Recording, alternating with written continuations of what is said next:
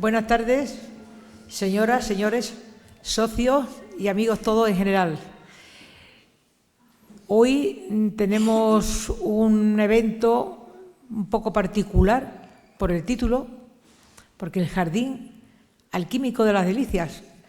Y yo espero que sea del agrado de todos y podamos disfrutar con todas las ideas que nos van a dar los tres conferenciantes, que el tipo de conferencia va a ser, ¿sabe?, un formato que a mí me gusta mucho porque es dialogando entre las tres personas.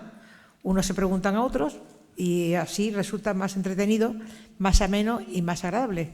El tema es sobre un cuadro del Bosco, que es el Jardín de las Delicias, que supongo que casi todos los que están aquí presentes lo conocerán, y supongo también que a muchos, por lo menos, yo creo que a muchos le pasará como a mí, que cada vez que lo paso por delante del cuadro ese, pues no consigo nunca averiguar de qué vale la historia, ¿no? Pero en fin, y ahora nos van a hablar, porque claro, la simbología que tiene el cuadro y la alegoría y todo, y toda la forma que tiene tan describiendo lo que quiere describir, pues la verdad es que muchas personas no nos enteramos. Ahora se le está buscando una explicación. El señor don Manuel lo va a decir, porque él es el autor del libro. Lo que pasa es que lo ha escrito con seudónimo, pero él va a dar unas explicaciones sobre toda la simbología y la alegoría del cuadro. En la conferencia los que van a intervenir pues son don Manuel Gómez Anuarbe. Es que el apellido es un poco raro. Que es economista, es lo que se llama arquitecto paisajista, porque lo del arquitecto paisajista, por lo visto, se dice en Francia. Aquí en España existen los arquitectos por un lado y los paisajistas por otro, pero bueno, él tiene título de ingeniero, de arquitecto paisajista, y además de que es arabista y escritor. Doña Inés Alberdi, que es catedrática de Sociología de la Universidad Complutense, y doña Catalina Urquijo, historiadora y arqueóloga. Tres personas de una gran importancia profesional, y espero que consigamos entre todos, entre ellos, y comprender algo más de este cuadro que tiene su importancia y todo el mundo quiere verlo, pero la verdad es que muy pocos lo entienden, entre ellos yo. Muchas gracias por estar aquí. Muchas gracias, Pilar. Muchas gracias al Casino y muchas gracias a ustedes por estar aquí esta tarde, sobre todo con un día como el que hace hoy. Quiero también aprovechar para dar las gracias a algunos socios del Casino que me animaron a hacer esta presentación en un lugar como este. Yo preferiría casi, si os parece, a las dos ponentes que me acompañan, que me preguntarais un poco para no entrar yo directamente en el tema. Sí. ¿Qué os parece? Sí, vamos a empezar. Bueno, a ver, ¿dónde está? Una vez más, Manuel Gómez Anuarbe nos sorprende con un libro. Y lo digo porque todos sus libros son sorprendentes y a la vez este no se parece a ninguno de los anteriores. Es un libro sobre jardines, es un libro esotérico y filosófico. Se trata de una investigación sobre la historia de un cuadro muy famoso, muy remoto y muy misterioso. Es a la vez un poco de todo ello, de jardines, de misterio, de arte y de alquimia. Es un libro apasionante que hace una descripción minuciosa del Jardín de las Delicias del Bosco y va relacionando todo lo que ve en el cuadro con la alquimia, con los pasos sucesivos de unión-separación, los colores, las transformaciones y el éxito final que podría tener un proceso alquímico. Es a la vez una forma intelectual de acercamiento y una locura de interpretación, tan válida como otra cualquiera, ante una obra que se ha ofrecido históricamente como un misterio a desvelar. Esta obra ha tenido que encontrar un esotérico, alguien aficionado a los saberes misteriosos, para darle la réplica, para interpretarlo y para presentárnoslo. Muchas gracias, Inés. Muchas gracias.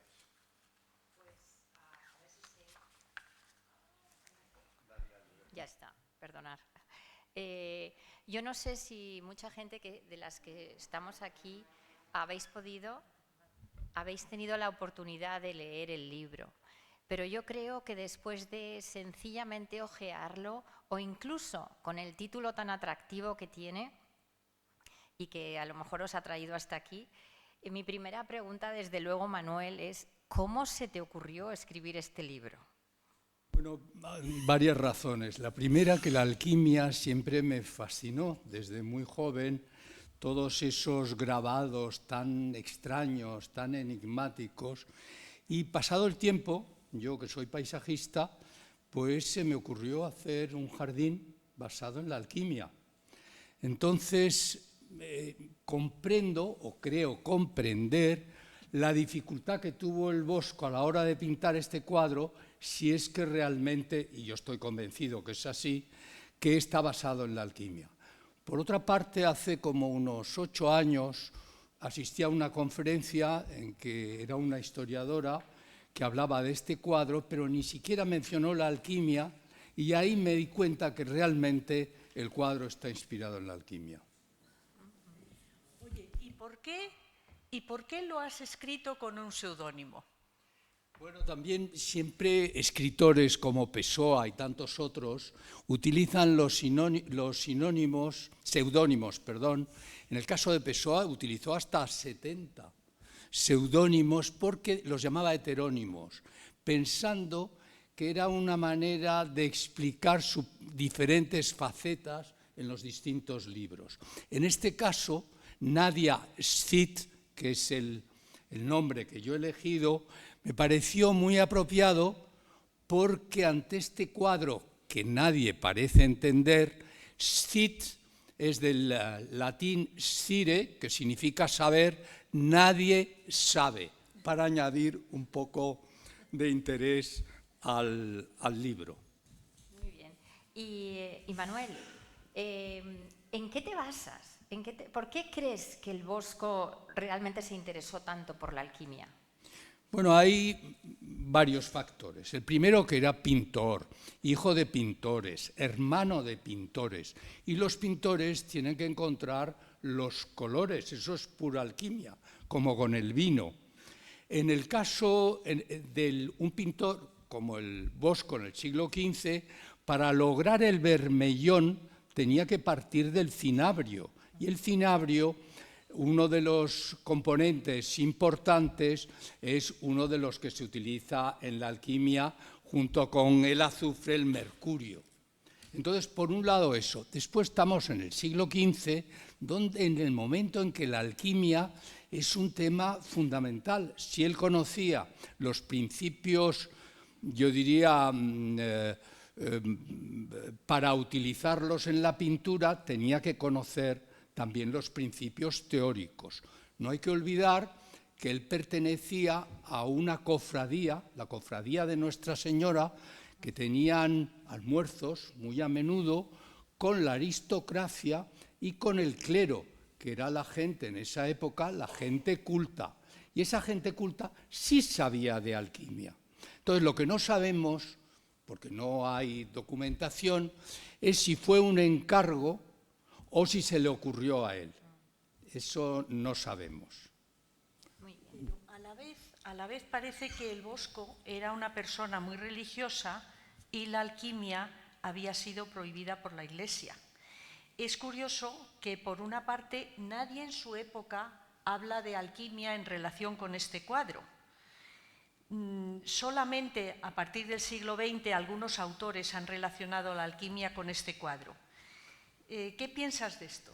Bueno, hay que pensar que Flandes en el siglo XV era mucho más liberal que la corte de Castilla, Por un lado, la alquimia ya había estado prohibida por Juan XXII en 1317, pero era sobre todo contra los falsos alquimistas, aquellos que pretendían convertir el hierro en oro y no lo lograban nunca, porque no hay que olvidar que los verdaderos alquimistas no buscaban tanto el oro como la sabiduría. Incluso en China, no solamente la sabiduría, sino la inmortalidad. El emperador Qin Shi Huang, que probablemente no os diga nada, pero si os digo que era el de los soldados de terracota, ahí vais a tener una idea. Él se rodeó de alquimistas para lograr la inmortalidad que pensaba que algunos humanos habían logrado y que vivían en los remotos lagos del este. Bueno, en Europa lo que se buscaba era la sabiduría, además del oro, evidentemente. Manuel, tenemos un tríptico. Sí. Y cuando uno abre un tríptico, los ojos sin querer, igual que cuando abres un libro, se van a la izquierda para empezar este relato. Además, a la izquierda está la creación, que nos habla de un principio. Pero, sin embargo, tú en el libro sugieres que la lectura debe hacerse de derecha a izquierda y no de izquierda a derecha. ¿Por qué? Bueno, mi idea o mi opinión es que es una lectura alquímica complementaria de la lectura del Génesis. Para los alquimistas, lo que está arriba es igual que lo que está abajo. Nuestro microcosmos no es más que una representación del macrocosmos. Esto es muy importante entenderlo, porque los laboratorios alquímicos eran también oratorios. Era muy importante la religión y las creencias filosóficas, porque se trataba de conseguir transformar los metales como el plomo o el hierro en oro por la influencia de los astros. Se pensaba que esos metales debajo de la tierra, por influencia de los astros, al paso de mucho tiempo, se convertían en plata y oro. Entonces los alquimistas se decían, bueno, vamos a tratar de que ese periodo sea mucho más corto. Entonces esta lectura, y contestando a tu pregunta, es complementaria de la del Génesis. Pero la del Génesis es la parte izquierda, que podéis ver ahí, se desarrolla en el Edén, y la parte derecha parece que es el infierno. Pero los autores, nadie se atreve a definir qué es lo que ocurre en el centro. Desde luego no es el purgatorio. ¿Qué es lo que ocurre ahí? Entonces, la lectura alquímica es mucho más directa y mucho más comprensible hasta cierto punto. De alguna manera, el cuadro tú interpretas que está relacionado con la alquimia. Y tú que has creado un jardín alquímico en Nuclés, ¿tú crees que has seguido los mismos pasos que analizas en el cuadro del Bosco? Bueno, el método es el mismo. Lo que pasa es que el jardín, en algún aspecto, refleja mejor los principios alquímicos, puesto que es algo que está en constante transformación. No obstante, me he tenido que ceñir a las distintas etapas de la alquimia, al nigredo que se llama, el albedo, el rubedo, etcétera, para el éxito alquímico. Yo tengo una plantación que es de hierro, son hierros en el parterre, y que se convierten al cabo de un paseo en oro falso, evidentemente. Y después los distintos colores, que son las etapas de la alquimia. En el cuadro, el Bosco tiene una ventaja, tiene el inconveniente de que es algo fijo, pero tiene la ventaja de que puede jugar con muchísimas más símbolos, y por lo tanto la variedad que hay ahí, que el padre Sigüenza llamaba la variedad del mundo, es inmensa y nos perdemos en esa especie de caos. Yendo un poco a la historia del cuadro, vamos a cambiar un poco de tema. ¿Por qué crees que los duques de Nassau compran este cuadro tan grande y con una temática tan especial? Y bueno, y ya te hago la doble pregunta. Y más adelante, ¿por qué lo compra Felipe II? Bueno, esta es una pregunta, me parece muy importante. Desde luego no sabemos si el Bosco, se le ocurrió al Bosco hacer un cuadro como este basado en la alquimia, o fue el Enrique III de Nassau quien se lo pidió. Eso no lo sabemos. En cualquier caso, tampoco sabemos qué título, si es que le puso título, porque eso nos daría una idea si realmente estamos seguros que está basado en la alquimia.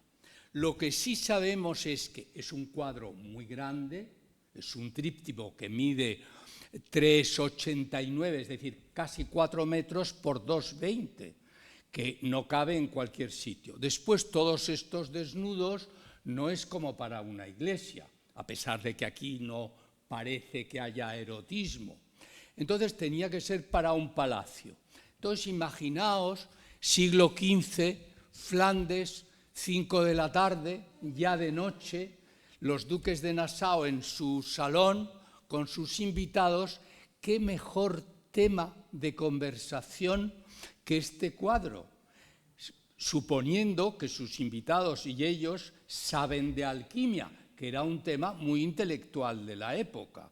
Es decir, que era muy interesante. Incluso a la hora de interpretar estos símbolos, es posible que al día siguiente o a los pocos días fueran al estudio del pintor y le preguntaran, oye, ¿y de verdad crees que aquí la interpretación es esta? Porque en las interpretaciones de las metáforas a veces uno se pasa, a veces uno se queda corto y a veces la interpretación es errónea, porque estamos hablando de metáforas.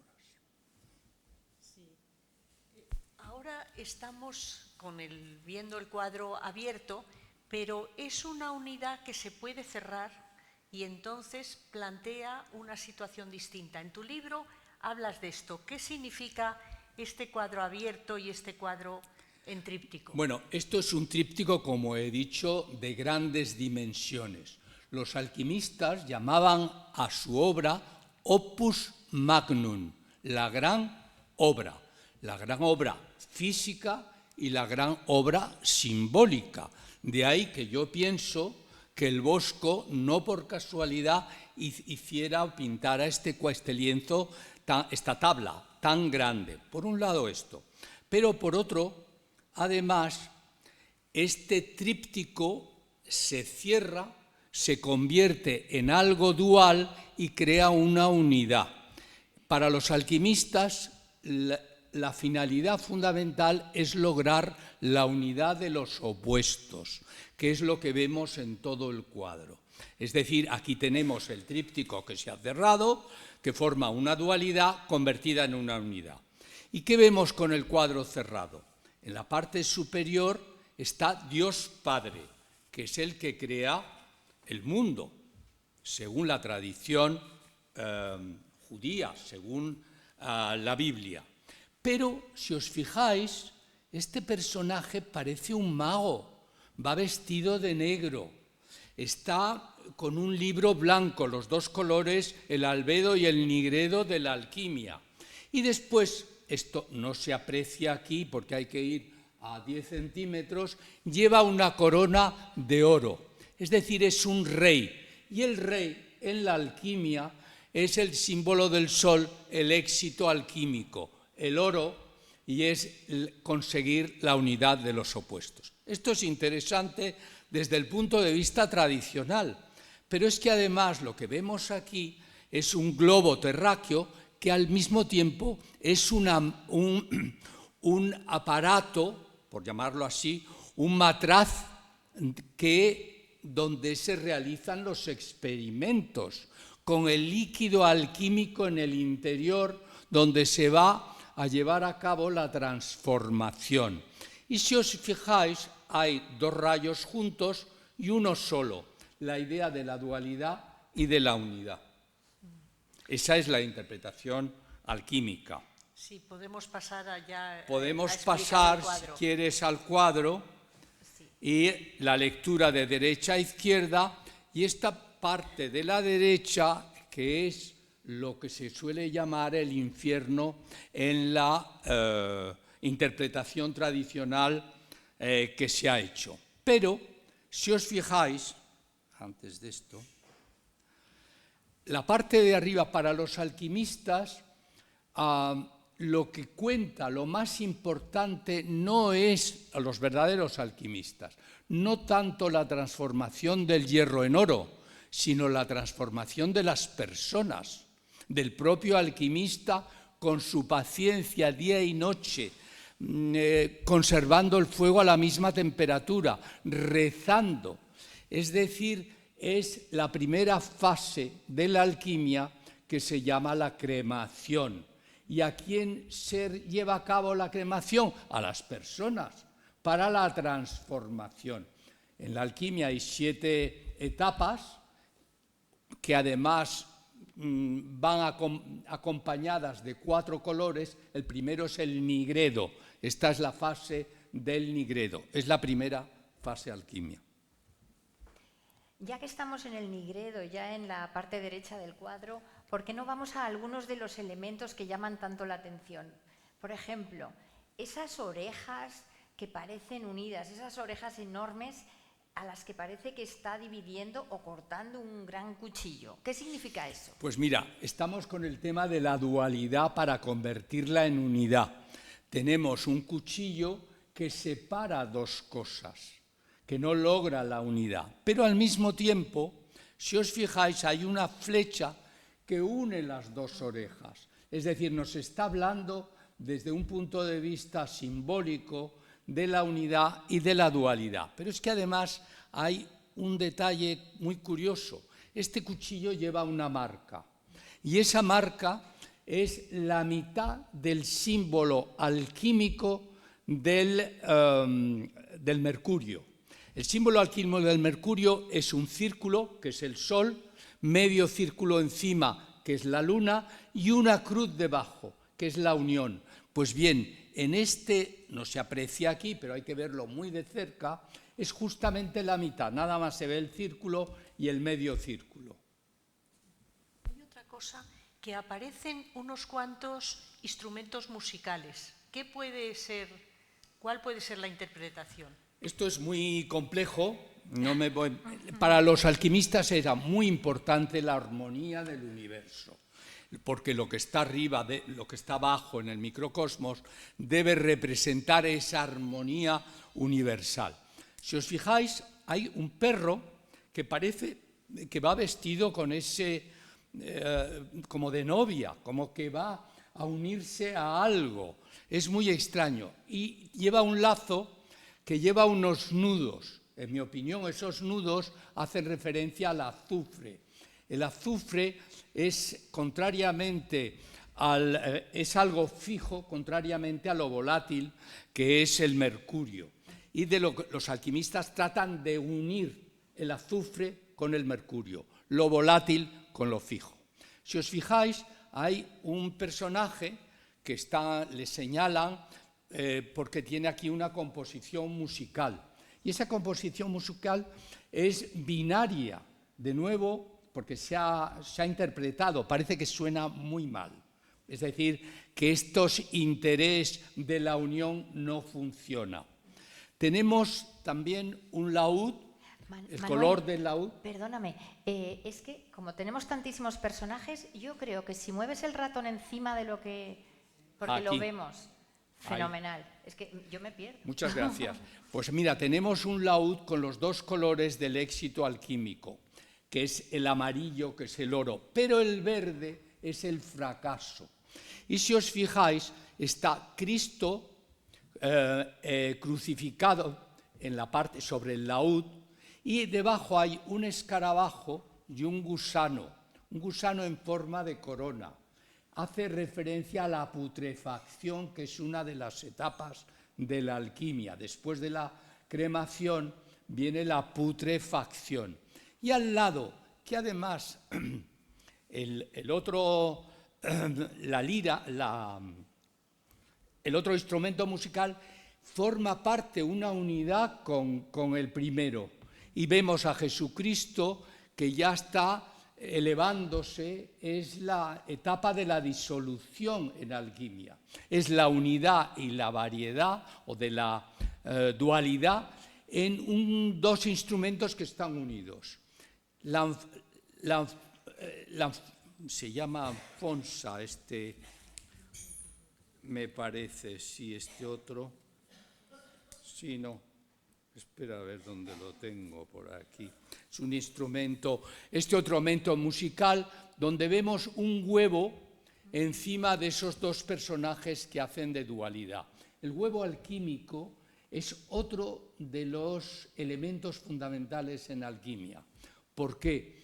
Porque se supone que es ahí donde se va a transformar, en muchos casos es el propio estómago, el intestino, que también lo recoge el bosco. Hay dos asas que hacen referencia a la dualidad. Hace aquí un triángulo que no es propiamente un instrumento musical, sino que es para llamar a la comida, a la combustión. Hay un personaje, aquí una mujer, que lleva una cofia blanca, el albedo también de la alquimia, y una especie, parece que lleva un guante de color negro, también otro de los elementos de la alquimia. Y en estos dos instrumentos, la tuba, donde sale fuego, haciendo referencia al horno alquímico, donde hay un personaje que recuerda también a Jesucristo con la cruz a cuestas, y al lado Jesucristo crucificado. De nuevo, esta idea de la dualidad y de las distintas etapas de la alquimia. Podemos pasar al cuadro abierto. Al cuadro abierto estamos aquí ya. Aquí. Al centro. No, al centro. Al centro, vamos al centro. Al centro. Aquí cuando... Sí, Centro. la Aquí. imagen central del cuadro, donde están todos los desnudos. Donde los desnudos. Aquí. No. Ahí, perdona. Aquí. No, es que vamos a pasar directamente al centro. Ábrelo El tríptico. Eso. Ahí. Eso. Ahora. Muy bien. En esta parte central tenemos una cantidad de personajes desnudos, de frutos rojos que aparecen por todas partes y también animales de gran tamaño. ¿Cómo interpretamos esto? Bueno, esto es una especie de caos que los historiadores no se ponen de acuerdo, porque parte se desarrolla en tierra, parte en el agua, parte tierra en el agua, los cuatro elementos de la alquimia. Voy a pasar más adelante, que se va a ver mejor. Entonces, toda la parte de la tierra, que es la parte derecha, que es toda esta parte, hace referencia al fruto rojo. Conseguir el fruto rojo es conseguir el rubedo. El rubedo es el éxito alquímico. Se pasa del negro al blanco y del blanco al rojo. De ahí que el padre Sigüenza, que antes me preguntabas por Felipe II, en el Escorial se practicaba la alquimia. Desde luego, Jean L'Ermite, que era un flamenco que vivió en el Escorial, y en el libro hay reproducciones, nos habla de los instrumentos que se utilizaban en el Escorial para lograr el oro. Y Felipe II era consciente, de ahí que comprara y le interesara tanto este cuadro. Pues bien, el padre Sigüenza, que había sido perseguido por la Inquisición, decía de este cuadro, que es la única documentación prácticamente que tenemos, decía, es para fomentar las buenas costumbres. Desde luego, todos estos desnudos para fomentar las buenas costumbres no parece muy lógico, pero había sido perseguido por la Inquisición y ya la alquimia estaba prohibida y era el secretario del emperador, entonces del rey, del monarca. Entonces dice, el cuadro también lo llaman de los frutos rojos. Ahí sí que está indicando el tema alquímico y no arriesgaba nada. Y después dice también, el cuadro del madroño. El madroño es tiene un fruto que si tomas uno no es tóxico, pero si tomas varios, dos a partir, por eso se llama Arbutus unedo, es decir, el arbusto de la unidad, porque si tomas más de un fruto es tóxico. Es decir, toda esta parte de aquí, de la derecha, es cómo conseguir el fruto rojo, que es el éxito alquímico, la unión de los opuestos, el oro, la sabiduría. Todo este centro que veis aquí son huevos alquímicos, donde se va a desarrollar la transformación deseada, pero es tal el barullo, la cantidad de gente que hay ahí, que no pueden, no son opuestos, porque son 4, 5, 6 personas, y en todas ellas aparece el deseo de alcanzar el fruto rojo. También aparece un grupo con una bolsa amarilla que tú identificas en tu libro como si fuera una metáfora del falso alquimista. Sí. ¿Qué es esto? Bueno, si veis aquí hay un personaje central que está haciendo un discurso, otro al lado que tiene una bolsa dorada, se supone que dentro hay monedas, oro, etcétera, y una especie de mariposas que significa la transformación, la metamorfosis. Y sin embargo, este personaje, que parece una mujer negra, lleva los frutos rojos y esconde el fruto rojo, el éxito de ahí. Es una metáfora de los falsos alquimistas. Y aquí hay aquí hay otro personaje que tiene una mora, sin embargo de color negro, todavía no ha madurado. Y en este caso es un pájaro que está volando, probablemente no se ha fijado el mercurio, que es volátil, una referencia a ese tema también. Hay también un montón de imágenes, si volvemos a la imagen grande, hay muchas imágenes como esta, que podemos ver aquí, que hacen referencia al agua, están sucediendo en el agua. ¿Por qué? Bueno, esto es una de los, ya lo hemos hablado antes, he hablado antes, es la unión de los opuestos. Aquí tenemos el líquido alquímico donde están las mujeres de todo tipo, blancas, negras, etcétera, y alrededor el cortejo para la unión, tratando de que esa unión de los opuestos se lleve a cabo en el líquido alquímico. Es decir, es el cortejo, en el libro está explicado caso por caso, es decir, todos estos personajes y todo lo que hay aquí. Pero para que pueda funcionar y podáis tener una idea, es el cortejo masculino hacia estas mujeres para lograr la verdadera unión de los opuestos. Y luego hay en la parte superior, hay como 5 estructuras junto al agua y unidos a todos estos personajes. ¿Qué puede significar esto? Bueno, aquí tenemos los 4 ríos de la Biblia.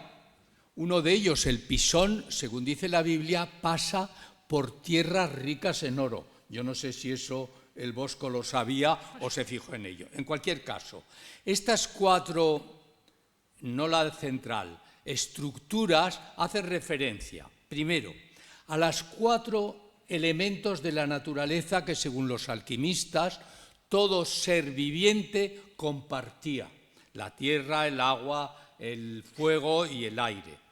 Por otro lado, a las 4 propiedades, que era frío y caliente, húmedo y seco. Esto no voy a entrar porque esto es bastante complejo. Después también hace referencia a las 4 fases del nigredo, albedo, citrinitas y rubedo. Y por último, en la parte central, que esto es interesante, es la quinta esencia. ¿Qué era la quinta esencia? Si os fijáis, parece un frasco de perfume. La quinta esencia se pensaba que era una quinta cualidad de la cual iban a emanar las otras 4. Entonces, en el momento de la creación del universo, esa quinta esencia parece que en algunos lugares o personas o minerales se hubiera guardado. Entonces los alquimistas trataban de encontrarla. Era la piedra filosofal, la quinta esencia, el elixir que podía transformar los experimentos alquímicos. Y si nos vamos ya a la parte izquierda del tríptico, eso es. Empezando por arriba, vemos, antes de llegar a la imagen central que nos atrae inmediatamente a todos, vamos a empezar por arriba. ¿Qué son esas estructuras? Bueno, ahí hay 3 estructuras que yo creo que son símbolo primero de la Trinidad para convertirla en unidad. Son 3. La interesante, la que logra el éxito, es la de la izquierda, pero son todavía oscuras. Perdón, son 3 y una a la izquierda, que es la que logra el éxito, que es de color rojo, rosado, amarillo, que es esta. Si os fijáis, no sé si en la próxima se ve mejor, sí, mejor se ve aquí.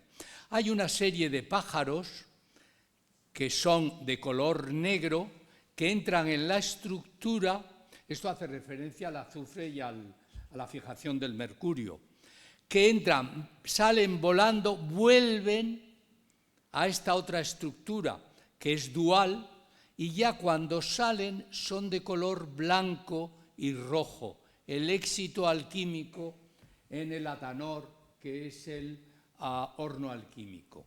Eso por un lado, pero lo más interesante es lo que hay más abajo.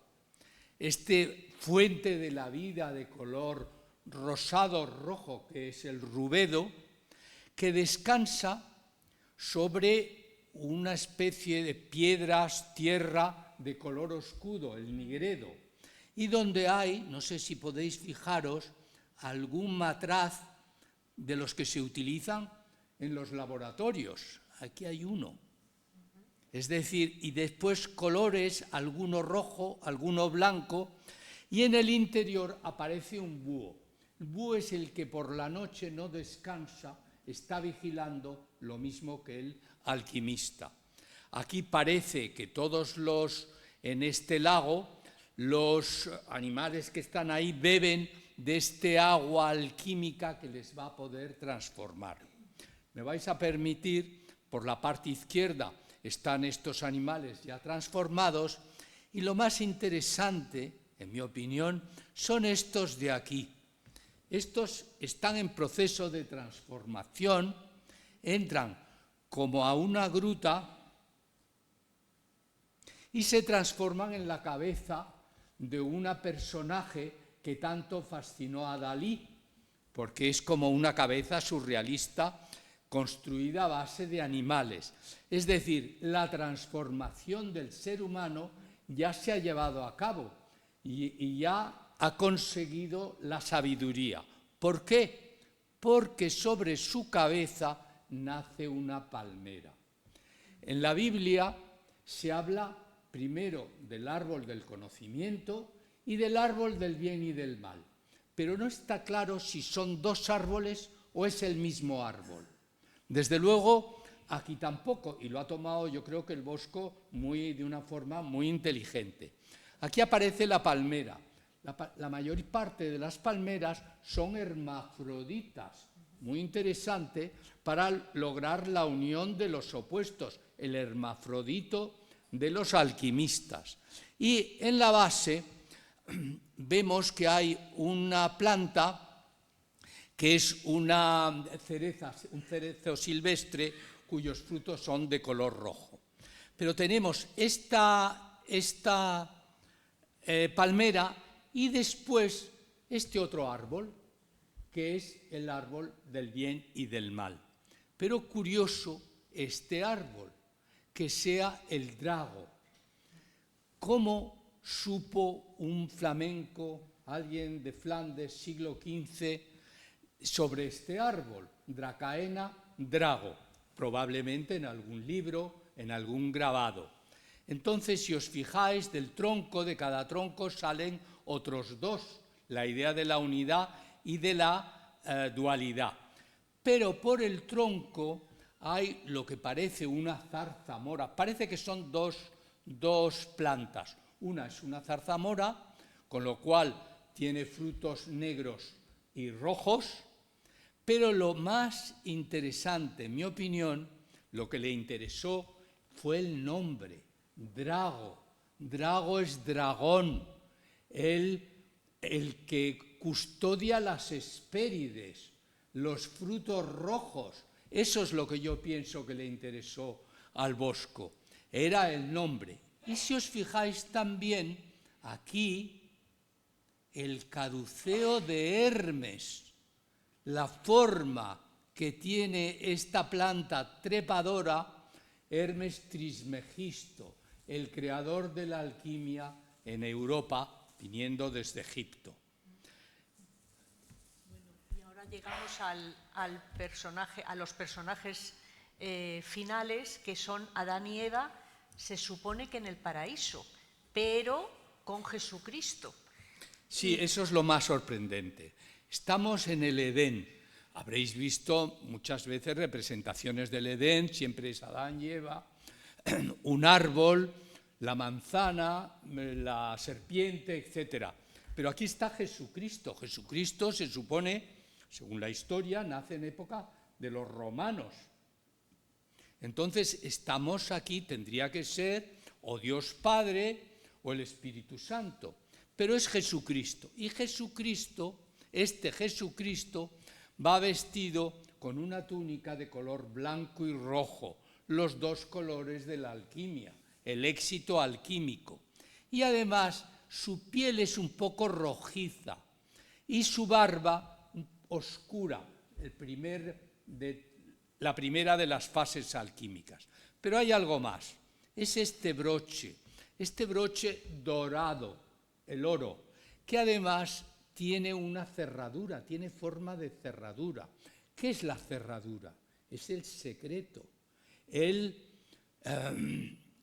hace referencia a Hermes, es lo hermético, que hay que abrir, hay que saber para poder abrir esto, y es el oro. Después tenemos Adán. Adán, si fijáis, la cabellera también rojiza, y las manos separadas, los dedos en la dualidad, mientras que los pies están unidos, dualidad e unidad. Pero lo más extraordinario de todo es Eva. Eva, fijaos, observar esa cabellera de oro, grande, larga, evidente. Es el éxito alquímico. Pero para mí, lo más extraordinario es esta mano, esta muñeca y esta mano, que yo en todas las lecturas que he hecho de los libros sobre este cuadro, nadie hace referencia a esto. El Bosco, si os fijáis, os habéis fijado en el cuadro, es un dibujante perfecto, nunca comete una falta. Y aquí esta mano está como pegada, está como dislocada. Hay algo extraño. Mi opinión es que el alquimista Jesucristo ha conseguido unir el azufre, que es fijo, con el mercurio, que es volátil. Y ese es el gran éxito del alquimista. El alquimista como forma Jesucristo. Bueno, podemos pensar que el libro de Manuel sigue uno de los principios de la alquimia, que dice así: en el arte sagrado no se puede ni debe entender todo, basta con que despierte nuestra curiosidad. Pues como la alquimia, que es siempre una búsqueda, que no llega a conclusiones definitivas, del mismo modo, el libro de Manuel es una interpretación o hipótesis que nos permite profundizar en esta maravilla que nos dejó el Bosco y que podemos disfrutar en el Museo del Prado. No llegamos a conclusiones, Con verlo nos basta, con la satisfacción de haber identificado alguna escena más, con haberla interpretado según una perspectiva alquímica, nos sentimos felices y no podemos pedir más. Y esto es lo que queremos transmitir. El entusiasmo por este libro y nuestra recomendación de que lo lean. Bueno, para acabar, me gustaría acabar con una frase que me ha gustado mucho de Ángeles Corregido. Ángeles Corregido ha escrito un libro sobre la alquimia y menciona a Richard Cohn Henry, que es profesor de física y astronomía de la Universidad Johns Hopkins, y dice lo siguiente: el universo es inmaterial, mental y espiritual. Vive y disfruta. Así que lo apliquemos a este cuadro y disfrutemos. Muchas gracias.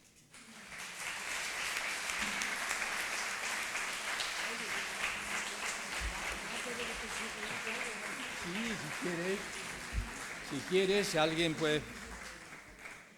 Bueno, la verdad es que da mucho de sí lo que ha dicho las tres personas intervinientes. Pues entre las preguntas y las respuestas, la verdad es que han salido a flor muchísimas ideas, observaciones de todo tipo. Durante un cuarto de hora, vamos a hacer un coloquio, pero por favor que sean preguntas, no opiniones, sino preguntas cortitas para poder dar ocasión a otra persona para que también pregunte. Sí, preguntas, no opiniones.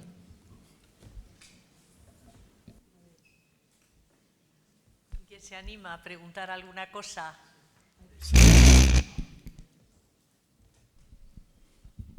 ¿Considera que este es el único cuadro del Bosco en el cual la alquimia está presente o también en otros? Yo creo que hay otros cuadros del Bosco que también hacen mención a la alquimia, pero no específicamente, no todo el cuadro, sino algunas escenas, en mi opinión. Yo no he estudiado todos los cuadros del Bosco, algunos sí, que me han servido para poder interpretar este cuadro. Me he dedicado a este cuadro, pues 4 años dedicado al estudio de este cuadro. Pero sin duda, no solamente el Bosco. En el siglo XV casi todos los pintores, no solamente pintores, en la literatura e incluso en la música, se hace mucha referencia a la alquimia. Gracias.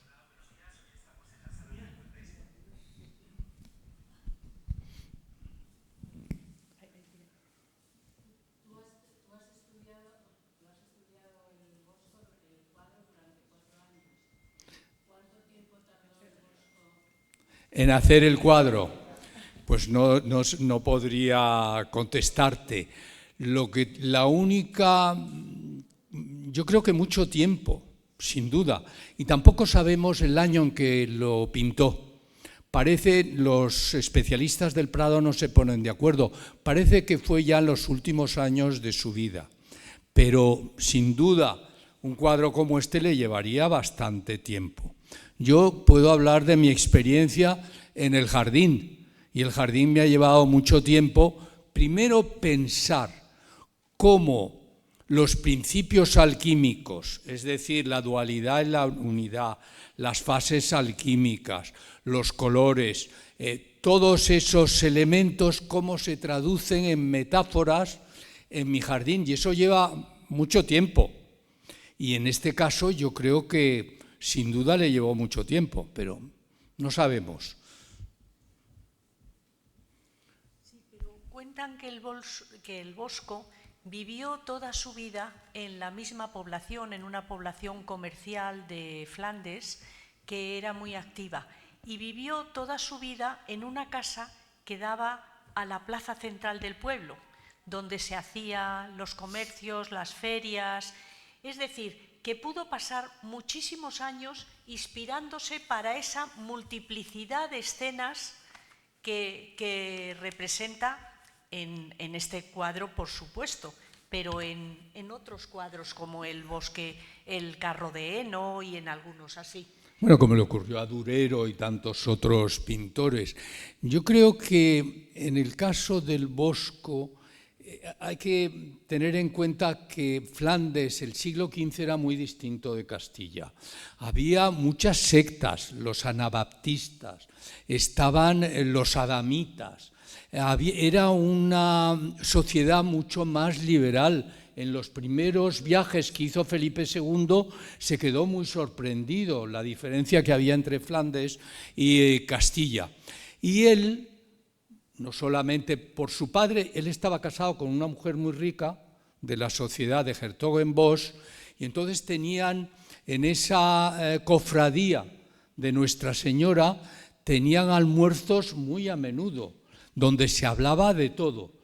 Probablemente, y eso se ve en otros cuadros, crítica, y en este también, hay una parte que no hemos hablado de ella, en que hay una crítica a la jerarquía eclesiástica, por considerar que su comportamiento, de acuerdo con sus principios, que yo creo que era muy religioso, pero era liberal, un hombre religioso liberal, que no estaban de acuerdo con lo que él pensaba. De hecho, yo creo que en esos almuerzos, que por cierto, una vez al mes, o me parece o cada 2 meses, el menú se componía de cisne, comían cisne, que es una cosa un poco extraña. Pues ahí asistían obispos y desde luego la aristocracia de Hertogenbosch. Y ahí probablemente era gente culta y hablarían un poco de todo. Probablemente él también, es muy posible, no tenemos datos, que conociera alquimistas teóricos. No sabemos realmente si a quién o quién no, pero como pintor utilizaba o buscaba los colores, y para eso tenía que buscarlo a través de plantas, animales, etcétera, y hacer muchas mezclas, tenía que conocer la teoría de la alquimia, que era un tema secreto, pero secreto, digamos, para la multitud, pero no para los intelectuales. Y los intelectuales en el siglo XV eran aristócratas y parte del clero, evidentemente. No sé si alguna pregunta más. Y si puedo contestarla. Únicamente querer decir una cosa, que en estas interpretaciones, mi versión es una versión personal basada en la alquimia, que uno puede equivocarse, porque al interpretar una alegoría puede ir uno demasiado lejos, quedarse corto o simplemente no acertar. En cualquier caso, yo lo he intentado. Pilar. Quería preguntarte una cosa. Es que no me ha quedado muy claro ante la pregunta que te hizo ¿por qué Felipe II compró el cuadro? Muy bien. Es que no me ha quedado claro. Yo creo que Felipe II, como casi todos los monarcas de su época, necesitaban fondos. Tenía guerras por todas partes, en Italia, en América, en Flandes, etcétera, y necesitaba. Y entonces se pensaba que los alquimistas podían conseguir el oro. Es decir, era una manera de tener oro. ¿Por qué se practicaba? Y de hecho se practicaba la alquimia en el Escorial. Eso tenemos pruebas. No solamente en el Escorial, incluso en Aranjuez se hacía destilación de plantas para encontrar medicamentos para las enfermedades de la época. No tanto el oro, pero sí el oro en el Escorial. Entonces, yo creo, parece ser que leyendo varios libros sobre Felipe II, en uno de sus viajes a Flandes ya vio pintura del Bosco y le gustó mucho. No sé si era por razones que tenían que ver con la alquimia o simplemente por un gusto personal. Pero lo que es interesante es que el cuadro lo trae el duque de Alba a España. Pasa a un sobrino suyo y de ese sobrino suyo, que es un monje, sale a la venta y lo compra Felipe II. Es decir, que tenía un interés muy grande en el cuadro y lo lleva a la Sala de las Infantas, porque es muy grande, un tríptico de 4×2, enorme, y lo tiene ahí en el Escorial. Un cuadro con desnudos, de ahí que lo único que sabemos del padre Sigüenza para fomentar las buenas costumbres. Eso no se sostiene, en mi opinión, no se para fomentar las buenas costumbres. Este cuadro lleno de desnudos, pues la verdad es que no lo veo. Pero le había perseguido la Inquisición. Y después, ya cuando lo tiene ahí durante muchos años antes, mucho tiempo después, pasa al Prado. Y no tenemos documentación. Lo único que seguimos repitiendo es lo del padre Sigüenza. Los frutos rojos, la variedad del mundo, etc. Pero incluso el que era director de la biblioteca del Escorial, no me acuerdo ahora. Sí, él no habla del cuadro, pero escribe un libro que se llama Opus Magnum, que es el nombre de la alquimia. Es decir, que yo creo que lo que estaban alrededor del rey y el rey conocían la alquimia, sin ninguna duda, porque no era algo tan raro. Hoy nos parece, claro, desde el siglo XVIII, que ya se convierte en química, pues nos parece que eso es pues muy lejano, pero es que son 20, por lo menos 20 siglos de alquimia, son muchos siglos. Es decir, hasta que eso llega ya la ciencia y ya toda esa parte esotérica desaparece y ya se convierte en una ciencia. Tenemos aquí representantes de la química de primera categoría que saben muchísimo, pero en el pasado la parte esotérica, es que en el siglo XV no es el siglo XXI. La parte de creencias en magia, de ahí una de las razones por las que Juan XXII prohíbe la alquimia es porque la asocian a la magia. Por un lado, no le gustan los charlatanes que dicen que van a conseguir el oro y no lo consiguen, y por otra parte, porque va muy asociado a algo, la magia, las brujas, y eso estaba muy mal visto por la Inquisición.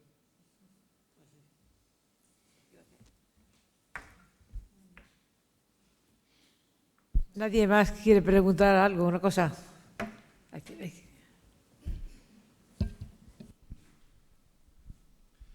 Quería preguntar, después de leer el libro, la curiosidad por la alquimia es enorme. ¿Qué siguiente arte recomienda que observemos, o libro, o lectura, o persona? ¿Qué siguiente arte? Sí, que sí, es decir, después de leer el libro, la curiosidad por la alquimia es muy grande. Entonces, ¿qué más se puede explorar después del libro para seguir continuando en esta observación tan maravillosa? Difícil contestarte, yo no sé si vosotros... Libros sobre jardines. Y claro, Por ejemplo, libros... los libros sobre jardines nos dan muchas ideas de arte y también de fantasía, de esoterismo. Yo creo que puede ser una línea. Me parece muy buena idea. Yo soy paisajista y desde luego hay jardines muy esotéricos. Es decir, la forma en general, puedo decir, hay una idea de que el jardín es una colección de plantas más o menos bien elegidas y bien colocadas, pero el jardín es otra cosa. El jardín es una obra de arte, buena, mediocre o mala, donde una persona se expresa.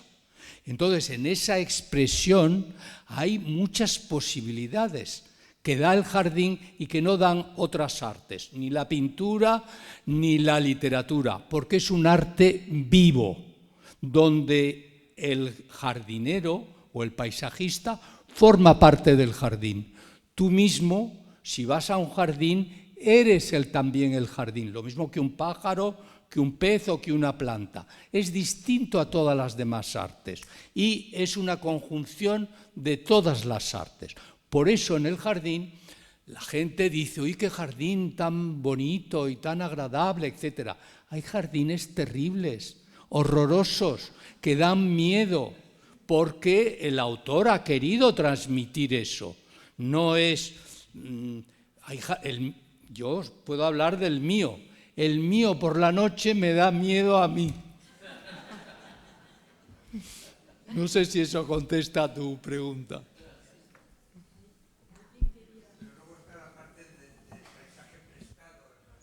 Claro, el paisaje prestado en un jardín es muy importante. Los chinos ya lo identificaron, es decir, todas esas vistas o elementos lejanos que se ven desde un jardín forman parte del jardín, como una especie de deseo de alcanzar aquello. De hecho, yo tengo la suerte de tener el jardín en Uclés, donde está el monasterio de Uclés. Y entonces tengo paisaje prestado el monasterio de Uclés, porque no se sabe muy bien si mi jardín forma parte del jardín del monasterio o el monasterio forma parte de mi jardín. Es muy curioso. Y hay un jardín muy bonito en Cataluña, es Santa Clotilde, que baja, es una ladera que baja hacia el mar, y cuentan que el que creó ese jardín se compró los terrenos de los montes que están al otro lado del mar, para que siempre ese jardín tuviera ese panorama, ese que has dicho tú, ese ambiente prestado.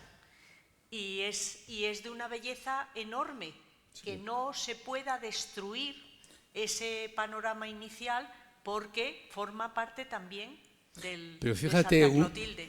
Una cosa más.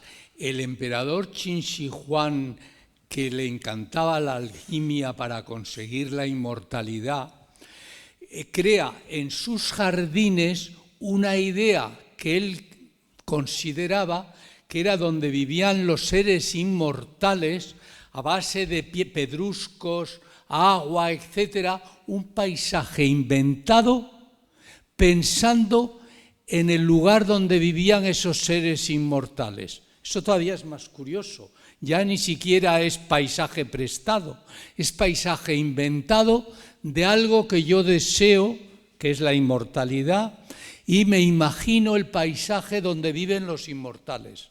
Es curioso eso.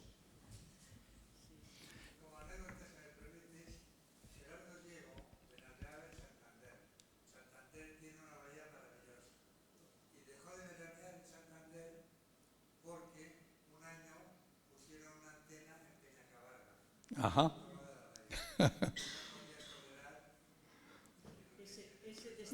Ese destrozo.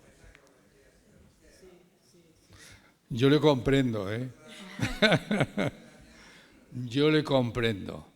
Sí, es las vistas que forman parte, sobre todo en los jardines, son fundamentales, porque forman parte de la creación.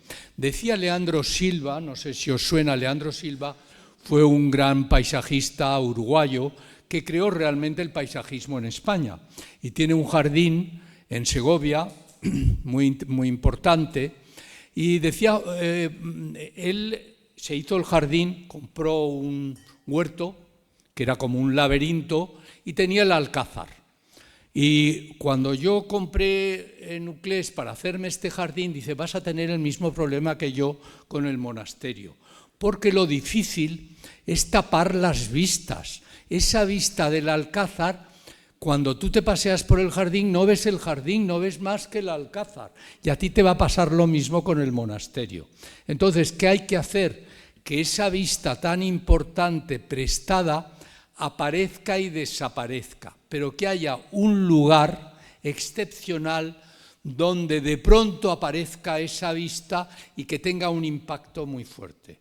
En todo el jardín no se ve el monasterio, excepto en un lugar que es el porche donde se cena, se almuerza, y está muy enmarcado para que la impresión sea muy fuerte. Exacto. Así es, así es. No sé si hay, Pilar, alguna... Sí. Si no hay nadie que quiera hacer alguna pregunta, pues agradecer a los tres ponentes. A ver, hay una persona que quiere... ¿Se puede ver su jardín? ¿Cómo? ¿Se puede ver su jardín? ¿Perdona? ¿Se puede ver su jardín? Claro, claro, claro. No es público, ¿No? no porque, no sé si afortunada o desgraciadamente, hay mucho turismo en Uclés Sí. y a mí me gusta trabajar en mi jardín, entonces no puedo tener todos los días visitantes, pero Sí. ¿Cómo? yo te puedo dar mi teléfono, Perfecto. y me haces una llamada y encantado. Pues es que No para- solamente tú, todos los presentes, Vale, yo- evidentemente, pero no está abierto al público. Es que voy a ir a Uclés a finales de este mes. Hombre, el ideal es monasterio. primavera, otoño también e invierno. pues En mi será opinión, lo peor es verano. Verano los jardines sufren mucho, sobre todo en Castilla-La Mancha, por el calor. En fin, yo creo que el ideal es primavera. No, va a ser, bueno, si es posible, va a ser a finales de este mes. También. 27. Perfecto. ¿Sí? ¿Se lo puedo pedir entonces? Sí, sí, sí. Ah, muchas gracias. Sí. Gracias, perdón. Por supuesto. Gracias. Bueno, pues agradezco en nombre del casino las intervenciones de los tres. Me ha parecido interesantísimo el tema y cómo lo habéis podido compaginar unos y otros para poder llegar a entender algo más. Como yo te decía, Manuel, al principio, que yo no entendía nada del cuadro. La verdad que después de leer el libro, que tuviste la gentileza de regalarme, y haber escuchado, sobre todo, tu intervención, pero ayudado por las otras dos señoras, yo creo que todos hemos debido sacar algo en limpio y ya cuando vayamos al Museo del Prado y pasemos por el Jardín de las Delicias, lo miraremos de otra manera. Muchas gracias. Muchas gracias, Y Pilar. gracias a todos. Gracias.